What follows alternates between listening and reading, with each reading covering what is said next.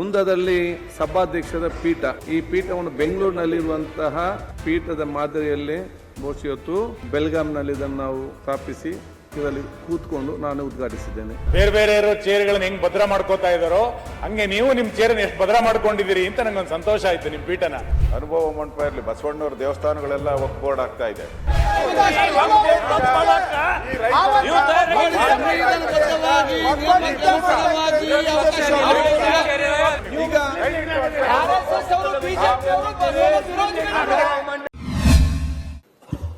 ಕೆಲವೊಂದು ಬದಲಾವಣೆಗೆ ಮತ್ತು ಕೆಲವೊಂದು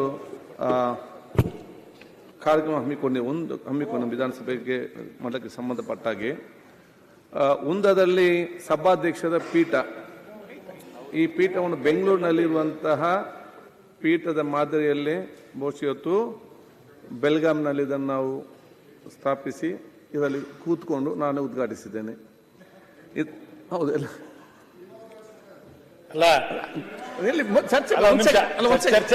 ಚರ್ಚೆ ಇಲ್ಲ. ನೀವು ಪೀಠ ರಚನೆ ಮಾಡಿದಕ್ಕೆ ಅಭಿನಂದನೆ.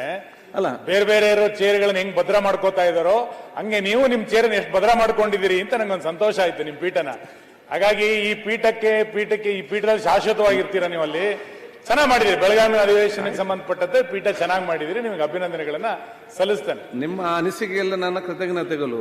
ಇದರ ಅರ್ಥ ಅಂತ ಹೇಳಿದ್ರೆ ನಾನು ಇಲ್ಲೇ ಕೂತ್ಕೊಳ್ತೇನೆ, ನೀವು ಅಲ್ಲೇ ಕೂತ್ಕೊಳ್ತೀರಿ ಎಂಬ ಸ್ಪಷ್ಟ ಸಂದೇಶ ಕೊಟ್ಟಿದ್ದೀರಿ. ಅಲ್ಲಲ್ಲ, ಈಗ ವಿಧಾನಸಭೆ ಈ ಒಂದು ಪೀಠದ ಬಗ್ಗೆ ಎರಡು ಮಾಹಿತಿ. ವಿಧಾನಸಭೆಯ ಸಭಾಂಗಣದಲ್ಲಿರುವ ಮಾನ್ಯ ಸಭಾಧ್ಯಕ್ಷರ ಪೀಠವು ಬಹಳ ಪ್ರಾಮುಖ್ಯತೆಯನ್ನು ಹೊಂದಿರುತ್ತದೆ. ಸಂವಿಧಾನದಲ್ಲಿ ಸದನಕ್ಕೆ ಬಹಳ ಉನ್ನತ ಸ್ಥಾನ ನೀಡಲಾಗಿರುತ್ತದೆ. ಅಂತ ಸದನವನ್ನು ಮುನ್ನಡೆಸುವ ಜವಾಬ್ದಾರಿಯನ್ನು ಹೊಂದಿರುವ ಮಾನ್ಯ ಸಭಾಧ್ಯಕ್ಷರ ಹುದ್ದೆಯೂ ಸಹ ಒಂದು ಸಂವಿಧಾನಾತ್ಮಕ ಹುದ್ದೆಯಾಗಿರುತ್ತದೆ. ಅಂತ ಹುದ್ದೆಯನ್ನು ಅಲಂಕರಿಸುವ ಸನ್ಮಾನ್ಯ ಸಭಾಧ್ಯಕ್ಷರು ಆಸೀನರಾಗುವ ಪೀಠವು ಸಹ ಅಷ್ಟೇ ಪ್ರಾಮುಖ್ಯತೆಯನ್ನು ಹೊಂದಿರಬೇಕು ಮತ್ತು ವಿಶಿಷ್ಟತೆಯನ್ನು ಹೊಂದಿರಬೇಕೆಂಬ ಉದ್ದೇಶದಿಂದ ಈ ಹಿಂದೆ ವಿಧಾನಸೌಧವನ್ನು ಕಟ್ಟಿಸಿದ ದಿವಂಗತ ಕೆಂಗಲ್ ಹನುಮಂತಯ್ಯನವರು ಈ ಪೀಠದ ಬಗ್ಗೆ ಒಂದು ಮಹೋನ್ನತ ಪರಿಕಲ್ಪನೆ ಹೊಂದಿದ್ದರು. ಸದರಿ ಪೀಠವನ್ನು ವಿಶಿಷ್ಟವಾಗಿ ರೂಪಿಸಬೇಕೆಂದು ಅವರು ಯೋಜಿಸಿದರು. ಆ ರೀತಿಯ ಅವರು ನಮ್ಮ ಇತಿಹಾಸದಲ್ಲಿ ರಾಜ್ಯವನ್ನು ಬಹಳ ಕಾಲ ಉತ್ತಮವಾಗಿ ಆಡಳಿತ ನಡೆಸಿದ ರಾಷ್ಟ್ರಕೂಟರು ಹಾಗೂ ಹೊಯ್ಸಳರು ಹೊಂದಿದ ರಾಷ್ಟ್ರ ಲಾಂಛನಗಳನ್ನು ಅದರಲ್ಲಿ ಅಳವಡಿಸಬೇಕೆಂಬ ಚಿಂತನೆ ನಡೆಸಿದರು. ಈ ಉದ್ದೇಶಕ್ಕಾಗಿ ಅವರು ಶಿವಮೊಗ್ಗದಲ್ಲಿದ್ದ ಲಭ್ಯವಿದ್ದ ಉತ್ತಮ ಗುಣಮಟ್ಟದ ಬೀಟಿ ಮರವನ್ನು ಆಯ್ಕೆ ಮಾಡಿ ಅಲ್ಲಿನ ಗುಡಿಗಾರರಿಗೆ ತಮ್ಮ ಕನಸಿನ ಚಿಂತನೆಗಳನ್ನು ತಿಳಿಸಿ ಆ ರೀತಿಯ ಅದನ್ನು ತಯಾರಿಸಲು ಸೂಚಿಸಿ ಅದೇ ರೀತಿ ಮೂಡಿ ಬರುವಂತೆ ಮುತುವರ್ಜಿ ವಹಿಸಿದರು. ಆ ರೀತಿಯ ರಾಷ್ಟ್ರಕೂಟರು ಹೊಂದಿದ ಗಂಡಬೇರುಂಡ ಚಿಹ್ನೆಯನ್ನು ಅದರಲ್ಲಿ ಅಳವಡಿಸುತ್ತಾರೆ. ಗಂಡಬೇರುಂಡ ಚಿಹ್ನೆಯನ್ನು ರಾಷ್ಟ್ರಕೂಟರು ತಮ್ಮ ಅಧಿಕಾರ ಹಾಗೂ ಶಕ್ತಿ ಸಾಮರ್ಥ್ಯದ ಪ್ರತೀಕವಾಗಿ ಹಾಗೂ ದೈವಿಕ ರಕ್ಷಣೆ ಹೊಂದಿರುವ ಪ್ರತೀಕವಾಗಿ ಈ ಲಾಂಛನವನ್ನು ಉಪಯೋಗಿಸಿದರು. ಅದೇ ಲಾಂಛನವನ್ನು ಈ ಪೀಠದಲ್ಲಿ ಅದರ ಪ್ರತೀಕವಾಗಿ ಕೆತ್ತಲಾಗಿದೆ. ಅದೇ ರೀತಿಯ ವಿಶಾಲವಾದ ಸಾಮ್ರಾಜ್ಯವನ್ನು ಹೊಂದಿದ್ದ ಹಾಗೂ ಬಹುಕಾಲ ಉತ್ತಮವಾಗಿ ಆಳಿದ ಹೊಯ್ಸಳರು ಸಹ ಶರಭ ಅಂದರೆ ಸಿಂಹದ ಲಾಂಛನವನ್ನು ಹೊಂದಿದ್ದರು. ಸಿಂಹವು ಶೌರ್ಯದ ಪ್ರತೀಕವಾಗಿದೆ. ಅದನ್ನು ಸಹ ಪೀಠದ ಎರಡು ಬದಿಗಳಲ್ಲಿ ಕೆತ್ತಲಾಗಿದೆ. ಅದೇ ರೀತಿ ಪೀಠದ ಮೇಲ್ಭಾಗದಲ್ಲಿ ಸೂರ್ಯಕಾಂತಿ ಹೂವಿನ ಚಿತ್ತಾರವನ್ನು ಕೆತ್ತಲಾಗಿದೆ. ಇದು ಮಾನ್ಯ ಸಭಾಧ್ಯಕ್ಷರಿಗೆ ಒಂದು ರೀತಿ ಮೇಲ್ಛಾವಣಿಯಂತೆ ರೂಪಿಸಲಾಗಿದೆ. ಪೀಠದ ಮುಂಭಾಗದ ಮೇಲೆ ಸೂರ್ಯ ಮತ್ತು ಚಂದ್ರ ಚಿಹ್ನೆಗಳನ್ನು ಕೆತ್ತಲಾಗಿದೆ. ಸೂರ್ಯ ಮತ್ತು ಚಂದ್ರರ ಚಿಹ್ನೆಯು ಅಮರತ್ವವನ್ನು ಪ್ರತಿರೂಪಿಸುವಂತಹ ಚಿಹ್ನೆಯನ್ನು ಕೆತ್ತಲಾಗಿದೆ. ಅದೇ ರೀತಿ ಪೀಠದ ಮೇಲ್ಭಾಗದ ಎರಡು ಬದಿಗಳಲ್ಲಿ ಮಾವಿನ ಕಾಯಿಗಳನ್ನು ಕೆತ್ತಲಾಗಿದ್ದು ನಮ್ಮ ದೇಶದಲ್ಲಿ ಮಾವಿನಕಾಯಿಗೆ ವೈಜ್ಞಾನಿಕವಾಗಿ ಹಾಗೂ ಧಾರ್ಮಿಕವಾಗಿ ಬಹಳ ಪ್ರಾಮುಖ್ಯತೆಯನ್ನು ನೀಡಲಾಗಿರುತ್ತದೆ. ಮಾವಿನಕಾಯಿ ಬೆಳವಣಿಗೆಯ ದ್ಯೋತಕವಾಗಿರುತ್ತದೆ. ಈ ಹಿನ್ನೆಲೆಯಲ್ಲಿ ಈ ಮಾವಿನಕಾಯಿಯ ಪ್ರತೀಕವನ್ನು ಕೂಡ ಕೆತ್ತಲಾಗಿದ್ದು ಈ ರೀತಿ ನಮ್ಮ ದೇಶದ ಇತಿಹಾಸ ಹಾಗೂ ಧಾರ್ಮಿಕತೆಯ ಚಿಹ್ನೆಗಳ ಮಿಶ್ರಣ ರೂಪದಲ್ಲಿರುವ ಈ ಕೆತ್ತನೆಗಳನ್ನು ಬೀಟಿ ಮರದಲ್ಲಿ ಬೆಂಗಳೂರಿನ ವಿಧಾನಸೌಧದ ಪೀಠವನ್ನು ತಯಾರಿಸಿ ಅಳವಡಿಸಲಾಗಿದ್ದು ಇದೇ ಮಾದರಿಯ ಆ ಪೀಠವನ್ನು ಇವತ್ತು ಬೆಳಗಾವಿನಲ್ಲಿ ತಯಾರಿಸಿ ಇವತ್ತು ಅಳವಡಿಸಲಾಗಿದೆ. ಇದು ಯಾಕೆ ಈ ಯೋಜನೆ ಬಂದಂತ ಹೇಳಿದ್ರೆ, ಮಾನ್ಯ ಉಪಮುಖ್ಯಮಂತ್ರಿಗಳು ನಾನು ಅಧಿಕಾರ ಪ್ರಥಮವಾಗಿ ಕಚೇರಿ ಬಂದಾಗ ಬೆಂಗಳೂರು ವಿಧಾನಸಭೆಯಲ್ಲಿರುವಂತಹದೇ ಆ ಸಭಾದ ಪೀಠವನ್ನಲ್ಲಿ ಸ್ಥಾಪಿಸಕ್ಕೆ ಎಂದು ಸೂಚನೆ ಕೊಟ್ಟಿದ್ರು. ಇದನ್ನು ನಾನು ಮುಖ್ಯಮಂತ್ರಿಗಳ ಕೂಡ ಚರ್ಚೆ ಮಾಡಿದಾಗ ಅವರು ಕೂಡ ಇದಕ್ಕೆ ಸಹಮತ ವ್ಯಕ್ತಪಡಿಸಿದ ಕರೆಕ್ಟ್ ಆದ ಒಂದು ತೀರ್ಮಾನ ಆದಷ್ಟು ಬೇಗ ಮಾಡಿ ಅಂತೇಳಿ ಸೂಚನೆ ಕೊಟ್ಟಿದ್ದು. ಅದಕ್ಕೆ ಅನುಗುಣವಾಗಿ ನಾವು ಇದನ್ನು ಪೀಠದಲ್ಲಿ ಇವತ್ತು ನಾವು ಇದನ್ನು ತಯಾರು ಮಾಡಿ ಇಟ್ಟಿದ್ದೇನೆ. ಇದು ನನಗಾಗಿ ಅಲ್ಲ, ಇದು ಮುಂದಿನ ದಿನಗಾಗಿ ನಿಮ್ಗೆಲ್ಲರಿಗೂ ಅಂತ ಹೇಳಲಿಕ್ಕೆ ನಾನು ಇವತ್ತು ಬಯಸ್ತೇನೆ. ಅಧ್ಯಕ್ಷರೇ, ಅದಕ್ಕಿಂತ ಮಿಗಿಲಾಗಿ ತಾವು ಅಧ್ಯಕ್ಷರೇ ಆಯ್ತು ಅಧ್ಯಕ್ಷರೇ ಒಂದೇ ಸೆಕೆಂಡ್ ತಮಗೆ ಧನ್ಯವಾದ ಹೇಳಕ್ ಅಧ್ಯಕ್ಷರೇ, ಅದಕ್ಕಿಂತ ಮಿಗಿಲಾಗಿ ತಾವು ವಿಶ್ವಗುರು ಬಸವಣ್ಣನವರ ಅನುಭವ ಮಂಟಪದ ಚಿತ್ರ ಬಹಳಷ್ಟು ಸುಂದರವಾಗಿ ಬರ್ತಾನೆ. ಯಾಕೆ ಎಷ್ಟು ಅರ್ಜೆಂಟ್? ಸ್ವಲ್ಪ ತಾಳ್ಮೆ ಇರಲಿ. ಬಹುಶಃ ಬಹಳ ಪ್ರಾಮುಖ್ಯತೆಯ ಆ ಒಂದು ಐತಿಹಾಸಿಕವಾದ ಕಾರ್ಯಕ್ರಮವನ್ನು ನಾವಿವತ್ತು ಹಮ್ಮಿಕೊಂಡಿದ್ದೇವೆ. ಅನುಭವ ಮಂಟಪದ ಭಾವಚಿತ್ರವನ್ನು ಇವತ್ತು ಅನಾವರಣಗೊಳಿಸಲಾಗಿದೆ. ಜನಮಾನಸದಲ್ಲಿ ಸದಾ ನಿಲುವಳಿ ಸೂಚನೆಯನ್ನ ಕೊಟ್ಟಿದ್ದೀವಿ. ನಮ್ದು ಅದಕ್ಕೇನು ಅಭ್ಯಂತರ ಇಲ್ಲ. ಈಗ ಅದನ್ನ ಚರ್ಚೆಗೆ ನೀವು ಕೊಡ್ತೀರಾ? ಅನುಭವ ಮಂಟಪದ ಉದ್ಘಾಟನೆ ಮಾಡಿ ಚರ್ಚೆ ಇಲ್ಲ, ನಾನು ಎಲ್ಲಿ ಬಿಡ್ತೇನೆ ಮತ್ತೆ ಮಾಡೋಣ. ಇಲ್ಲ, ಮಾತಾಡ್ತಾರಲ್ಲ ಎಲ್ಲರೂ, ಮಾತಾಡ್ಬೇಕು ಅಂತ ಹೇಳ್ತಾರಲ್ಲ. ಇದು ಮುಗಿದ 2 ನಿಮಿಷ ಮಾತಾಡ್ತಾರೆ ಎಲ್ಲರೂ ಕೂಡ. ಇಲ್ಲಿ ಈಗ ಅನುಭವ ಮಂಟಪ ಇರಲಿ, ಬಸವಣ್ಣವ್ರ ದೇವಸ್ಥಾನಗಳೆಲ್ಲ ವಕ್ಫ್ ಬೋರ್ಡ್ ಆಗ್ತಾ ಇದೆ. ಆಯ್ತು, ಈಗ ನೋಡಿ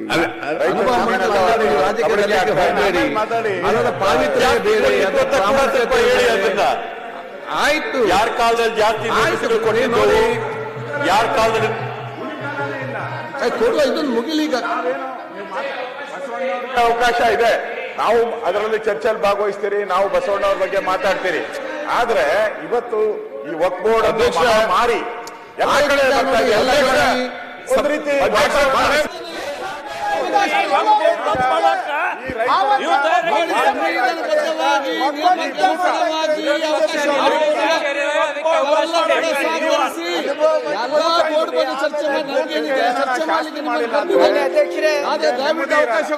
ರೈತರಿಗೆ ಕೊಡಬೇಕಾದ್ರೆ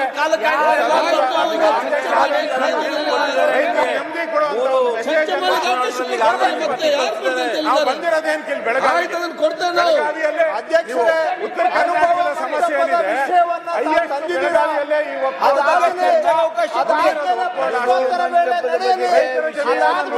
ಅವಕಾಶ ಕೊಡಿ, ಸರ್ಕಾರ ತಯಾರಿದೆ.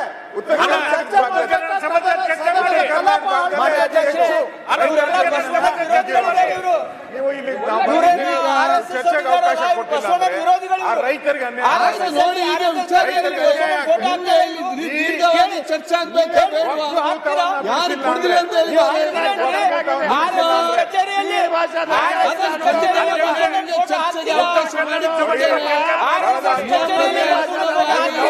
ನೋಡಿದ್ರಿ.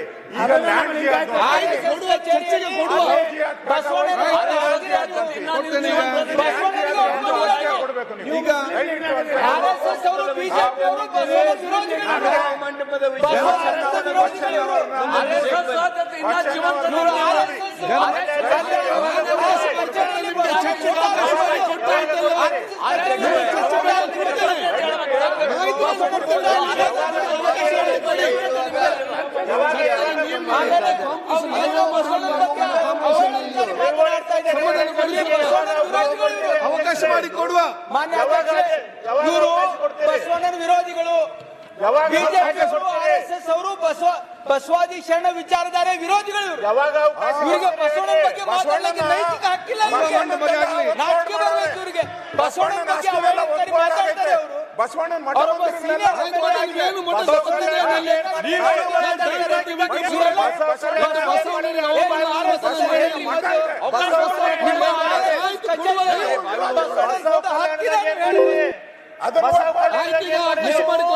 ಆರ್ಎಸ್ಎಸ್ ಕಚೇರಿಯಲ್ಲಿ ಬಸವಣ್ಣನ ಫೋಟೋ ಹಾಕ್ತೀರಾ? ಹಾಕ್ತೀರಾ ಹೇಳಿ ನೀವು, ಫಸ್ಟ್ ಹೇಳಿ ನೀವು.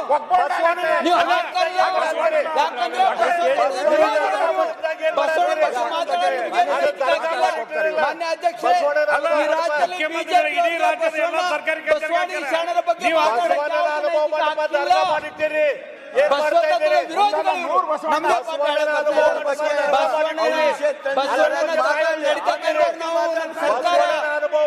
ಕಾಂಗ್ರೆಸ್ ಬಸವಾದಿ ತತ್ವದ ಮೇಲೆ ನೀವು ಬಸವಾದಿ ಶರಣರ ವಿರೋಧಿ.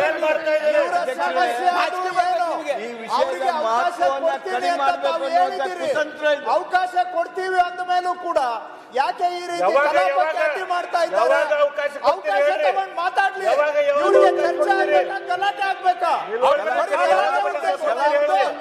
ಅಡ್ಡಿ ಮೊದಲ ಮಾಡಬೇಕು, ಪತ್ರಿಕೆಗಳಲ್ಲಿ ಗಲಾಟೆ ಕಲಾಪ ಮಾಡಬೇಕು, ಹಾಳು ಮಾಡೋದಕ್ಕೆ ಅನುಭವ ನಿಂತಿದ್ದಾರೆ. ನಿಲುವಳಿ ಸೂಚನೆ ಈಗಲೇ ಮಂಡನೆ ಮಾಡಕ್ ಕೊಡಿ. ಅವ್ರಿಗೆ ನಾವು ಅವಕಾಶ ಕೊಡ್ತೀವಿ ಅಂತ ಹೇಳಿದ್ದಾರೆ. ಇವ್ರ ಸಮಸ್ಯೆ ಏನು ಅಂತ ಅರ್ಥ ಆಗ್ತಾ ಇಲ್ಲ. ಚರ್ಚೆ ಮಾಡಕ್ಕೆ ತಯಾರಿಲ್ಲ ಇವ್ರು. ಬರೀ ರಾಜಕೀಯ ಮಾಡ್ಬೇಕು ಇವ್ರಿಗೆ. ಬರೀ ರಾಜಕೀಯ ಉದ್ದೇಶ. ಈಗ ಮಂಟಪ ಅಂದ್ರೆ ಬರೀ ರಾಜಕೀಯ ಮಾಡೋಕೆ ನಿಂತಿದ್ದಾರೆ. ಸದನದ ಕಲಾಪ ಹಾಳು ಮಾಡೋದೇ ಇವರ ಉದ್ದೇಶ. ಉತ್ತರ ಕರ್ನಾಟಕದಲ್ಲಿ ಅಧಿವೇಶನ ಆಗ್ತಾ ಇದೆ. ಮೊದಲನೇ ದಿನಾನೇ, ಮೊದಲನೇ ಗಂಟೆಯಲ್ಲೇ ಬರೀ ಗಲಾಟೆಗೆ ನಿಂತಿದ್ದಾರೆ. ಚರ್ಚೆಗೆ ಸರ್ಕಾರ ತಯಾರಿದೆ.